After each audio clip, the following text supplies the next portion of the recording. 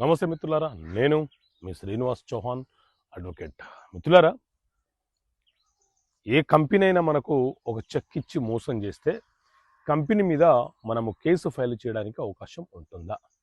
So మిత్రులారా, మన దేశంలో నెగోషియబుల్ ఇన్స్ట్రుమెంట్ యాక్ట్ ఎన్ఏ యాక్ట్ అనే చట్టం ఉంది.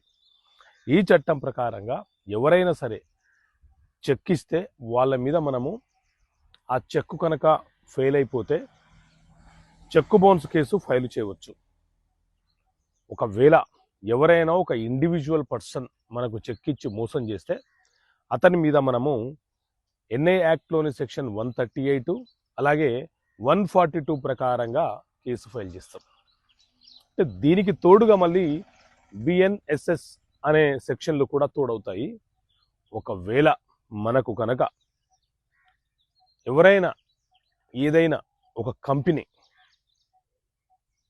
నుంచి రిప్రజెంటేటివ్గా ఉన్న వ్యక్తులు చెక్ ఇస్తే ఆ చెక్కు కంపెనీకి సంబంధించింది అయితే ఎన్ఏ యాక్ట్లోని సెక్షన్ 138 అండ్ 141 సెక్షన్లను మెన్షన్ చేస్తూ ఆ కంపెనీ రిప్రజెంటేటివ్ మీద, అంటే ఆ కంపెనీ మీదనే మనము చెక్ బౌన్స్ కేసు ఫైల్ చేసే అవకాశం మనకు ఉంటుంది.